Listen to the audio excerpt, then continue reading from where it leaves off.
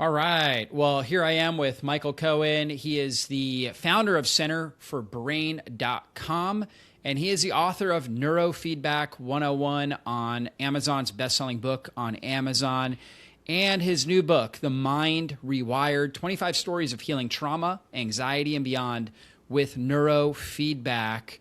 And he's an expert when it comes to neurofeedback and really understanding the brain and how it works and how it drives behavior and the stress response in our body. So really great topic. And today our title is Beyond Nutrition, Rewiring the Brain's Electrical Software for Optimal Healing. You guys are in for a treat here. And so, Michael, great to be with you.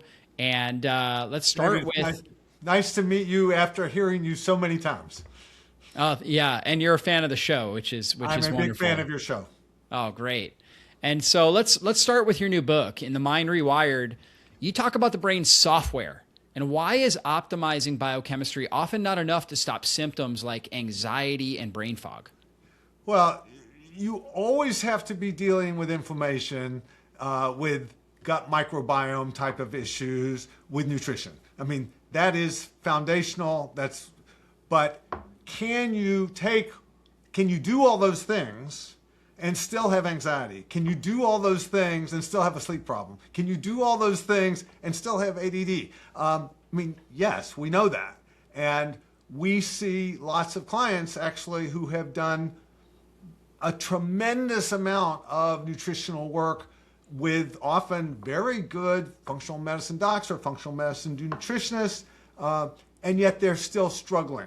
So yes, you can improve the hardware and you need that to be good, but it's kind of like I want to learn how to do a certain dance. So I can be in the best physical shape. I can have wonderful, you see these people who are really great in sports, but they can't dance very well because the timing isn't perfect. There are many, many things that disrupt timing in our brain. How our brain, different parts of our brain pay attention, how they help us be more calm, how they help us go to sleep, how we quiet our minds. These are different systems in the brain and they have to run in a pretty functional, well-timed way. And when that timing gets off, the electrical signaling, which is kind of the software, when that timing gets off, it can just get off. And how do you get it back even when you do all the nutrition? So being able to do neurofeedback, which really means I'm going to retrain the electrical signaling in my brain. I'm going to retrain the timing in my brain by using some special sensors on my head that help tell my brain when it's getting the right beat, when it's getting the right timing, when it's getting the right signal. And how does it do that? You're watching a video game, you're watching a movie, you're seeing that movie as long as your brain is doing the right thing. And as soon as your brain starts missing timing, it kind of fades away or it gets smaller. So it's a real-time feedback system, but basically in simple terms, the answer is, how do we get our brain to get on the right beat, get the right timing, and do certain kinds of things? You need something else beyond often nutrition. That being said, if you eat crappy, if your nutrition is bad, if your microbiome is off, if you have a lot of inflammation, it's going to be harder to train. So it's really very important that you get both working together. Yeah, no doubt. And we have the part of our nervous system called the autonomic nervous system, which the best way for listeners to understand that is it's automatic. Controls our heart rate, controls our digestive system. We don't have to think about it. It's constantly running.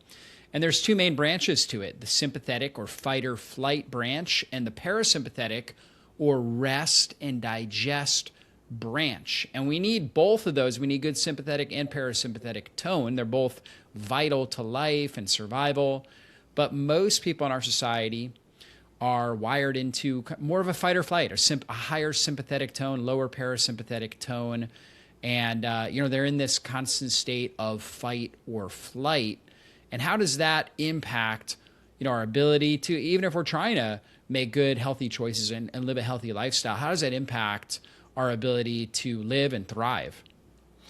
Well, when your brain is overramped, so we're just going to talk about about sympathetic as being overramped. I mean, we live in an incredibly overstimulating world. It's just the way it is. And that happens both from everything from electronics to sound to light to maybe eating too much. I don't know how food and nutrition directly impact sympathetic, but I think it must at some level. Well, no doubt, because when we're releasing a lot of stress hormones, those stress hormones are glucocorticoids, meaning that they're going to elevate blood glucose because they're trying to get us ready to run real fast, right? Or fight. So fight or flight. We need elevated glucose because we need to produce energy quickly, without oxygen, right? So that's what we can use anaerobic fuel with glucose. And then what's going to follow if we don't burn that glucose up through exercise, for example, fighting or flighting, running, then insulin's going to come out, right? And insulin's going to bring that glucose down by putting it into cells. But the issue is that when insulin's elevated, it stops fat burning. And it also makes us more hungry in general. And so we're going to end up with more cravings, more hunger, and an inability to burn fat for fuel. So yeah, when we have high sympathetic tone, it's definitely going to impact our nutritional habits. We're going to tend to want more comfort foods, things that are going to give us kind of a quick burst of glucose, right? And a lot of dopamine. At the same time, it's going to block fat burning. And the issue for a lot of the clients and people we all see is they may be doing exercise like crazy to calm that down. I've got to do a lot of exercise to calm. I need to do yoga. I need to do meditation. I need to take supplements that help calm this down. But they're working, if their brain tends to be in that sympathetic mode, and that could be from anxiety, that could be from previous trauma in their life, that could be from really stressful work.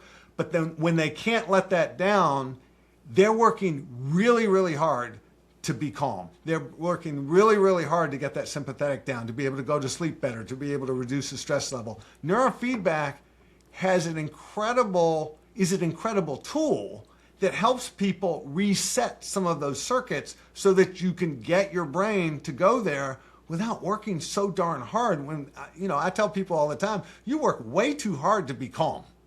I mean, it's kind of crazy. And why should people have to be doing that? There needs to be other tools, and there's tools like the vagus nerve stimulator, which maybe you have discussed in some of your talks. That's a device using either electrical stim or light stim or magnetic stim that helps target the vagus nerve, that helps increase parasympathetic and reduce sympathetic. Neurofeedback is arguably the most powerful and fastest way to reset some of those circuits. I mean, I've had people who came in just wired. I mean, they are just extremely anxious, extremely stressed. I can't stand it anymore. It's ruining my life. And in 2 or 3 sessions, they're like, oh my gosh, I'm doing a lot better. Not because we did something to them, but they literally, with neurofeedback, you're training your own brain signals to shift. You're kind of learning a new dance. Your brain is really good at being anxious. Let's teach your brain a pattern of how not to be anxious. So how does neurofeedback work? Can you explain more about, that process and how that works? I will not be able to explain it well enough, I'll tell you right up front, because really we're talking about, well, how does the brain change itself? So fundamentally, neurofeedback is, and I'm going to put my fingers over my left and right temporal lobes, okay? Your left and right temporal lobes play a role in emotional regulation, emotional balance, getting triggered, getting stressed, getting angered. You probably don't have any people who listening to this who have those problems, but there are a lot of people who do. And so if you want to improve that, how do I exercise that limbic system, the temporal lobes, in order to say, I'm going to practice helping your brain learn to be calm, learn to not get triggered, learn to not get angry or as irritable. So we put sensors on the head. I mean, this is how neurofeedback actually is done, not necessarily how it all completely works. You put sensors on the head, it measures your brain activity, and basically, you know how when you're playing a video game and you don't know how to play it, and you're learning how to play it and you're having to figure it out, how does your brain actually figure out the right thing to do? You have no idea how to play it, but you keep working until you find the right patterns that help you get better. The same happens. We're using basically a video game for your brain. We're measuring your brain pattern, and you're getting better at improving the brain pattern. And it's when you do, the Pac-Man goes, or you see a rocket ship going, or you see the movie very clearly. But as soon as your brain starts doing less good at that pattern, the Pac-Man stops, or the spaceship slows down, and the movie fades out. So everybody knows that any kid can learn a video game. They don't like ask you for instructions, right? You ever seen a kid ask their parents, "How do I play this video game?" I don't know. I haven't seen that. I've got kids that play video games. Yeah, they just figure it out. So how does their brain do that? It is identifying patterns and getting better at patterns. We're using the brain's pattern and helping you learn to make a better, more functional brain pattern by rewarding you when you do that, just like a video game rewards you when you do better. Interesting. And how does it work? Like, do you get that? Do you get people to start by trying to be aware of certain No. patterns, or? Okay, so we're measuring the neurons. Okay. So right now, for you to be listening to me and paying attention to me, you are firing neurons in your prefrontal lobe and your auditory cortex so that you can engage in this. Can you feel them firing right now? Probably not. No. So we don't feel our neurons. Nobody does. How do I learn how to, I'm going to learn to be on a balance board. Can you explain to me how I learned to balance? You probably can't, because your brain really just figures it out, right?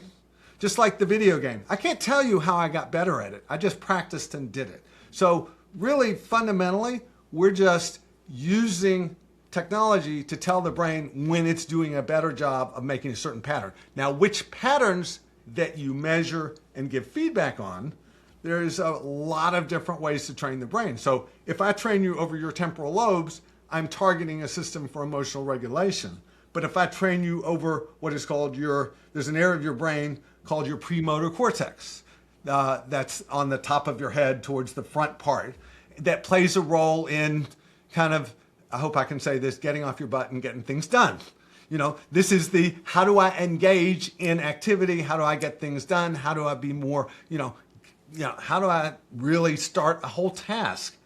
If that part of your brain, you train that, it's going to have a completely different effect than if you train your temporal lobes, or if I am anxious or I get overwhelmed in situations. That is in an area of your brain called the parietal lobe, which plays a role in proprioception. So I can easily get overwhelmed. And how do I calm that down? So you go to a gym, there's a lot of different exercises. Neurofeedback is fundamentally a gym for the brain.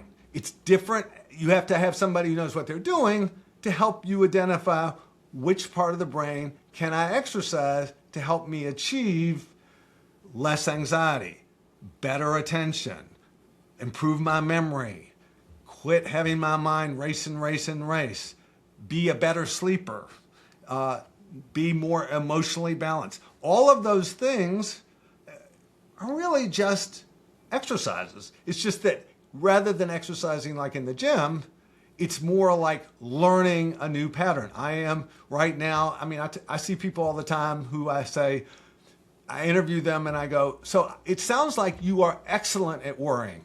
They go, oh yes, I am an excellent worrier. So can we simply train, so you're excellent at that pattern, can we teach you to be excellent at not worrying? And that's just identifying a pattern in the brain, which tends to be in an area called the anterior cingulate, that plays a role in, okay, I need to quiet my mind and focus on something else, not have that thing loop in my head. Now, how do you target these different areas of the brain? Are you using like electrodes? What exactly are you doing? In general, most neurofeedback is using some kind of electrodes, although there are other types of neurofeedback that measure infrared type energy and things, and even oxygen in the brain. But the most common is measuring electrical. So you're using electrodes, but what does that mean? We all make electricity with our brain. If I put a sensor on the head, it's going to measure your electrical pattern. So we put these sensors on your head, it measures it. What do you do when you're sitting there? Watch a movie, play a Pac-Man game, watch a space game. How in the world can that make me more calm? How in the world can that make me be more focused? How can that help me sleep? Because I'm getting feedback instantly that's helping my brain learn to create more functional patterns for those targets. But how do we figure out where to do it, which is the question you asked. Some people use brain mapping, meaning we do put cap on your head and measure all the electrical activity and go, where are things different than what, here's what's typical for other people your age range. Gee, you're making way too much activity in this anterior cingulate, so I'll bet you can't quiet your mind. And they go, oh yeah, I can't at all. But we also know, neuropsychology, neuroscience knows what do these different areas of the brain do. So if you came into me and say, every time I go home and I get tired, I get really too angry and I yell at my kids. My sister, by the way, once came back and said that. So is that, okay, so there could be a nutritional problem and we really need to rule that out first. So is that a blood sugar problem? Is that, low energy that is because I am not having enough energy? So I do try to make sure we're not training something that really is more of a nutritional problem, but let's assume they've already been through some of that and haven't achieved a solution yet. Rather rapidly, you can train in a few sessions over the temporal lobes, and all of a sudden people will say, I'm less angry, I'm less emotional, kids are not having tantrums. I don't want to make it sound like it's always that quick. It's not always that quick. Everybody, when you go to the gym, how long does it take to get in shape? It's different for everybody a little bit. Mm-hmm.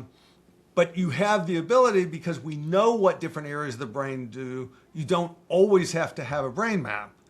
And some clinicians, there's clinicians all over the country that do this. And I wish there were more, and we hope there will be more, because it's every therapist who gets this and really starts to learn it goes, how come I didn't do this before? I'm helping clients with their anxiety, with their mood, with their attention, so much faster than I did before, because you're giving people the gym. You're helping them learn to improve it. Yeah. So basically what you're trying to do is you're mapping the brain to kind of see what areas are firing too high, what areas are not firing in the appropriate amount, and then correlating that, of course, with their health history, maybe their symptoms, things that they're having, and then providing the proper, I guess you could say, stimulation into the areas of the brain that are low, that are weak, and kind of in a sense trying to put the brakes on areas that are hyperactive in order to create more balance. You said that better than I did. That was very good.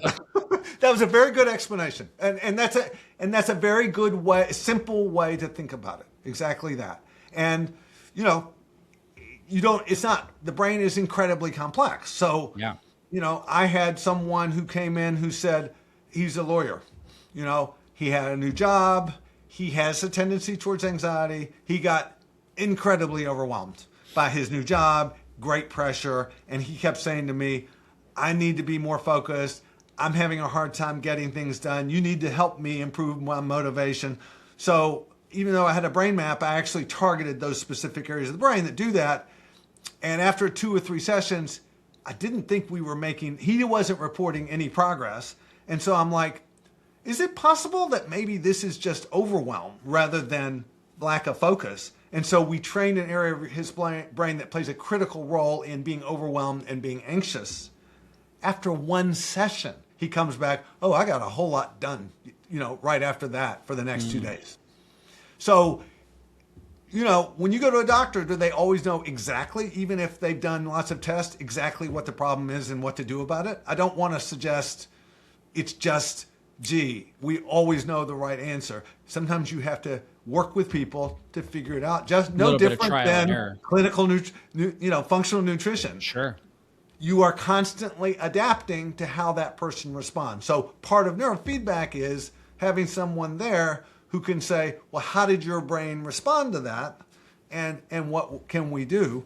And I often see people who say they eat well, they have no nutritional problems, they've done all this other stuff, and then after a while you're like, let's review that again because something's really standing in the way of your brain exercising and making progress. Just like if you went to the gym and you were not eating as well or didn't have good nutrition, you're just not going to get as in good a shape. So we really refer out a lot for nutritional issues. And also, quite frankly, we live in Florida. Mold is an issue. And so people are being affected by that. I don't know what your view on EMF, which is both phones and Wi-Fi. But I tell people now, and this is based on the last 4 or 5 years of experience, they come in, I have a hard time falling asleep, my brain's racing, I wake up at 3 o'clock in the morning, I can't get back to sleep. I'm like, where's your router? How far is it? If it's not at least 30 feet away, and you don't have a booster in your area, I'm like, well, you need to do that first. And I've had enough people come back to me after to go, oh, I'm already sleeping better. We didn't do anything other than your brain is somehow getting overstimulated by some of this stuff. Yeah, I always recommend people put their Wi-Fi on kind of a schedule system. You can turn it off. Like you can schedule it to go off. Like in our house, it's off by 11 o'clock at night and it doesn't come back on until 6 a.m. So like we know we're going to be sleeping during those hours. So like we should have no need for Wi-Fi. So it's just an automatic program that goes off and on. And so I think that's really wise for most people to do. $8 Christmas tree timer at Home Depot. That's all they need. Yeah, there you go. Exactly. Now, your book, you actually feature 25 stories of healing. Is there a specific one, like an NFL player or a student with ADHD, that illustrates how quickly the brain can pivot once it gets the right feedback? Yeah, lots of stories. But I do want to mention that I've been in the field for almost 30 years. And there are clinicians all over the world that I meet, and they tell me these incredible stories. So it's not just my story. So I decided I'm going to invite some clinicians. So I have 12 different clinicians who have linked us up to clients for the clients to tell their story. So we actually interviewed those clients. This particular client came from George Roselle in Sarasota. Is a psychologist. He was doing a small study with NFL football players. So the player actually allowed us to use his real name because he's out there trying to get other NFL players to do it. His name was Pat Carter. He played for the Lions. He played for the Cardinals. He played for the Oilers. And, what does I think he was what does everybody, you're getting hit over and over and over. And he described, from the time he was young, your job was get up, get whacked, and get back in there. And so, and later, they said, the NFL knew about it, but they just didn't say anything. So they knew that he was going to have his body beat up, but he said, wow, I didn't expect, in my 30s and 40s, I was going to have to deal with my brain issue. So he started having problems with sleep, terrible problems with sleep, with mood. He said he would have his wife, and him would he'd get mad and they wouldn't even talk to each other for 2 or 3 days, and they'd go to a different part of the house. And she wanted him to go see a psychiatrist, and he heard about this study from another player and decided to enroll. He didn't live that far from Sarasota. And so he started doing it, and within, he said, a few sessions, his relationship with his wife was changing. He was starting to improve his sleep. He was starting to feel more clear. He had a lot of impulsivity issues. He was overspending and things like that. Well, look, anybody who's had concussions, and we're picking on a football player, quite frankly, a lot of people in their lives have gotten whacked in the head, and they were told, they went for an MRI and they were told, no, you don't have a concussion. By the way, an MRI is not the gold standard for identifying you have a concussion. It just means you're not bleeding. You definitely want to rule that out. But later is when you see the effect of what is called post-concussion syndrome.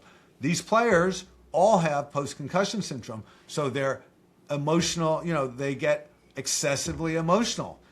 They didn't used to be like that. To be an NFL player, you better be steady and calm. This is post-concussion.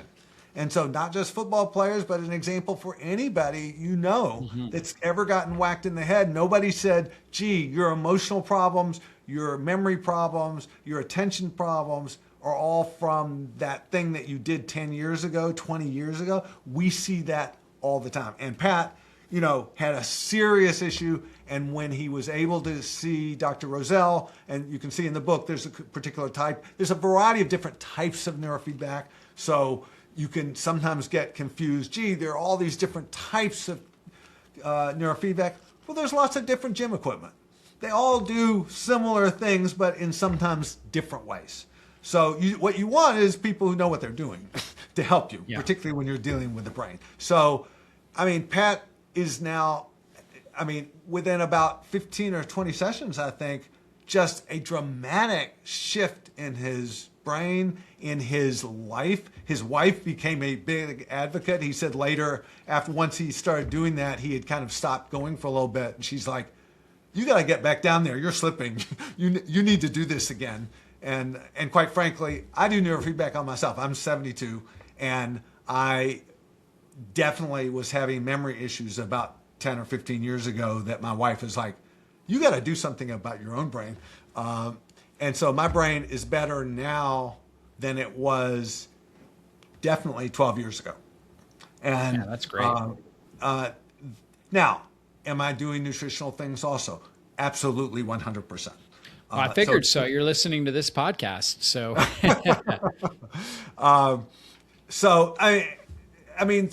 You got to put it all together. So there's not one thing. When you got complex problems, when you got really bad anxiety, when you've got depression, when you're just struggling to keep up at work. I have a lot of people who come in, they are struggling to keep up at work. Frankly, a lot of them have done a lot of research in nutrition, but you can't fix your processing just by taking the right supplements when something, whatever it is, has gotten the timing off in your brain. There's lots of things in our world that get the timing off in your brain. And okay, I am now in better shape. My brain is better able to respond if I have good nutrition. And neurofeedback actually works much quicker when you get the right nutrition because it's training. Yeah, and you're working with a lot of different people, like kids with ADHD, for example, people with depression, and you're helping them without the side effects of pharmaceuticals. Absolutely. I'm not a fan of pharmaceuticals, but I'm not against pharmaceuticals. There are times where you really need them. The question is, are they good long-term solutions? Yeah. And, what if you can learn to get your brain better at regulating yourself? Isn't that the better choice? What's the downside of that? It takes a lot more work than taking a pill. Nobody goes, if you're really out of shape, how long is it going to take to go to the gym and actually get in good shape? It's not a month. This takes time. It takes effort. It actually doesn't take effort to sit there and do it. It takes effort to go. There's cost associated. A lot of times insurance might not pick it up. Of course, insurance doesn't pick up nutritional stuff either.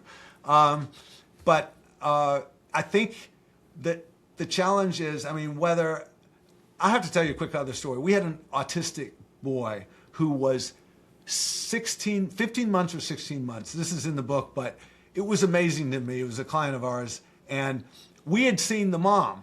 She was a equestrian. I don't know if you know anything about equestrians, but they've all fallen off horses multiple times, and they've had some level of concussion. So she had multiple concussions, and when she came in, she was just not thinking well. And so she came in for herself, and she was one of those miracles, like in 6 or 7 sessions, she's like, oh my God, I'm thinking clearly. And she'd been to Mayo, I shouldn't say names, but she'd been to a lot of places because they had the means, and nobody had helped. So one day she calls, she wants to bring her son. How old is he? 15 months. We're like, okay, what are we talking about? I think he's autistic. So she comes in, he's not, I think by the time she got him, it was 16 months, he's not responding to his name. So he just wanders around, he doesn't respond to his name. In 3 sessions, he's completely responding to his name. Now, what does that mean? What did we do? We actually didn't do anything to him. We helped him train his brain pattern. You can do that at 15 months. You can do that at age 92. Our brain is always learning. This is just, is my brain learning a pattern? So it improved the pattern, and his brain was able to use that information effectively. Could that have taken 2 years? Maybe. But usually kids at that age actually respond much quicker. Yeah, that's right. That's really interesting. What a great story. And let's talk about like trauma. A lot of people have had maybe early childhood trauma, relationship issues, divorces, maybe bankruptcies, different things like that.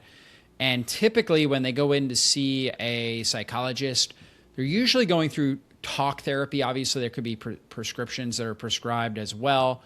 But in the mainstream model, they'll do a lot of talk therapy, right? And some people do better with that.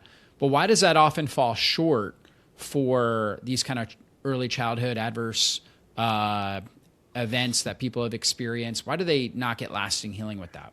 So trauma affects your brain development. And that's true. That's particularly true when you're young, and that's called, childhood trauma and developmental trauma. But a lot of people experience trauma, later in their life also. So that has a different kind of, that still has a brain impact. It's just a little bit different. These are lasting kind of impacts that go beyond just, okay, can I just look at a brain map and tell you exactly where your trauma is in the brain? We see some markers. We see some markers of hypervigilance when we're doing brain maps of people who have had this. But the question is, what do you do about it? Talk therapy is a tool. Somatic therapy, which is body-oriented therapy, actually is a very good tool. But these are complex things to deal with, just like concussion, just like depression and anxiety. Sometimes they're light, but sometimes they're complex. So what neurofeedback does is to give a tool that helps get to the deeper parts of the brain. So you have an area called the amygdala. You have areas that play a role in how your brain got affected in the first place by this trauma. And you can do talk therapy, but you're doing talk therapy to the person to try to reorient and help them change how they respond to that.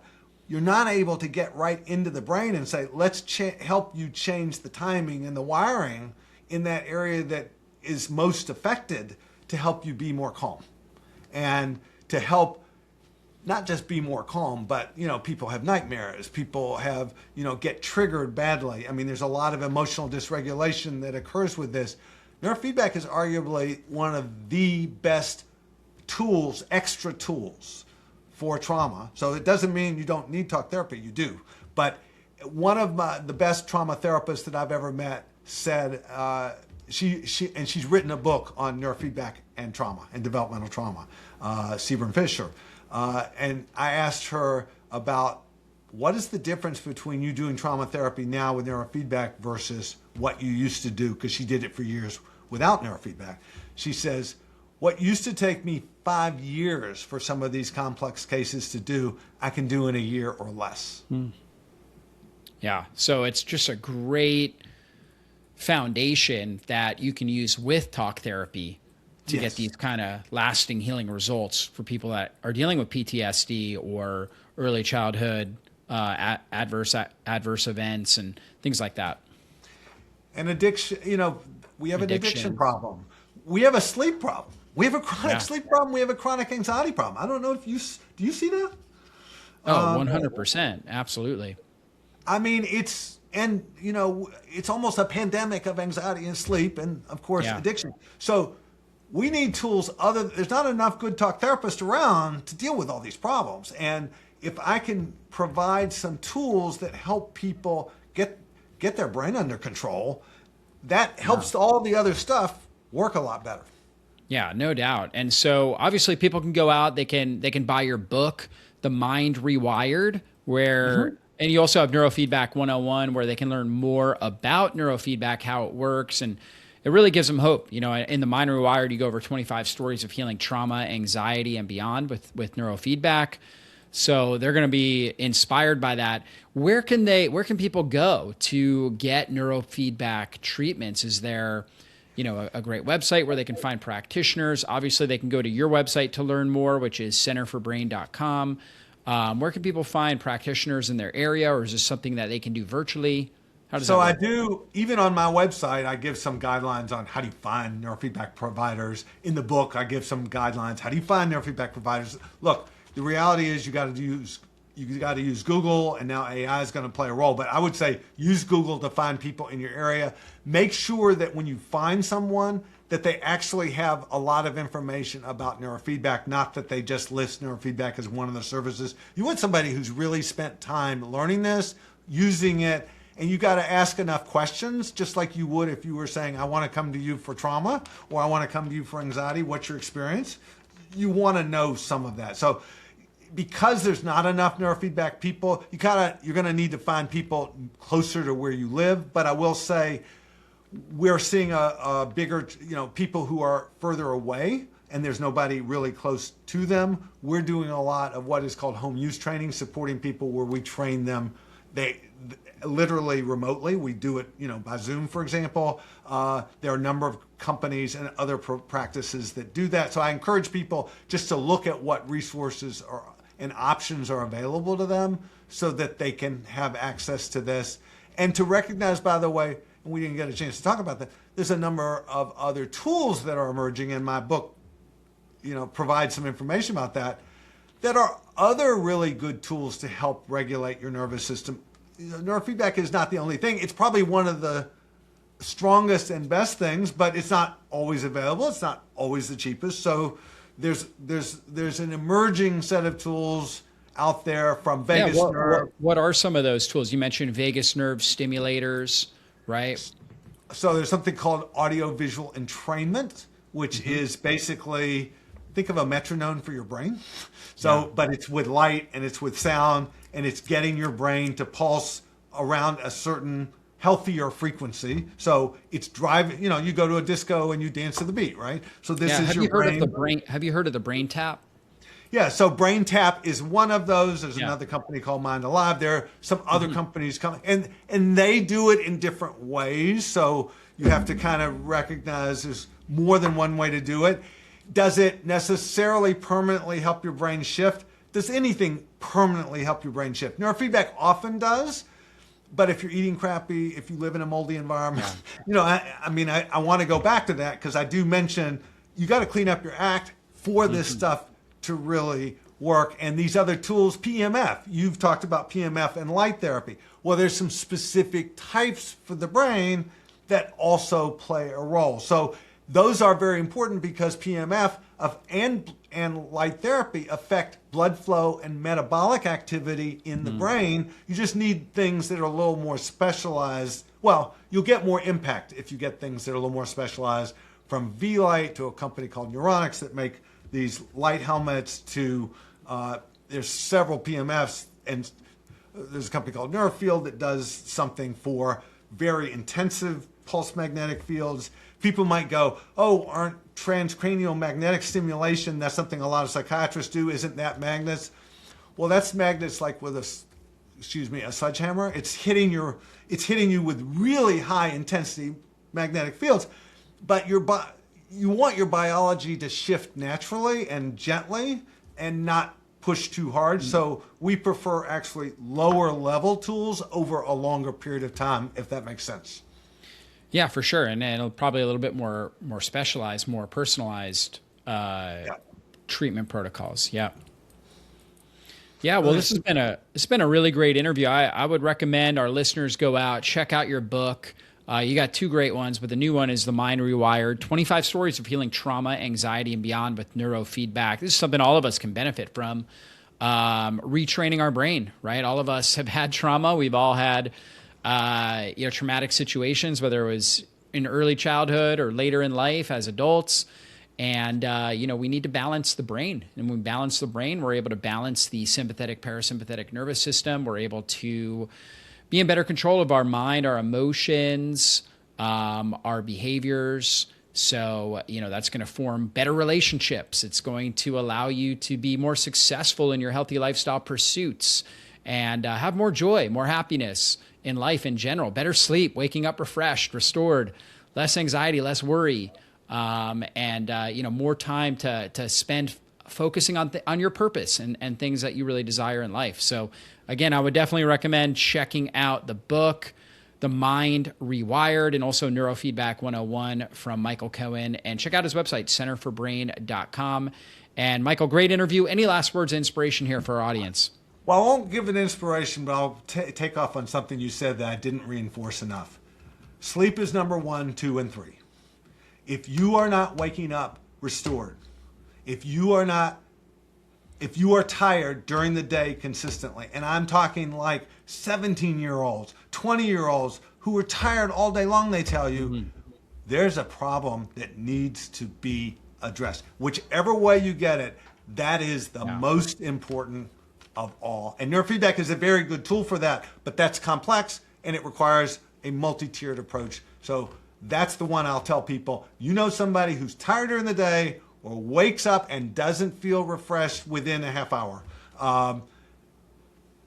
That's a reason to go find out what they need to do something.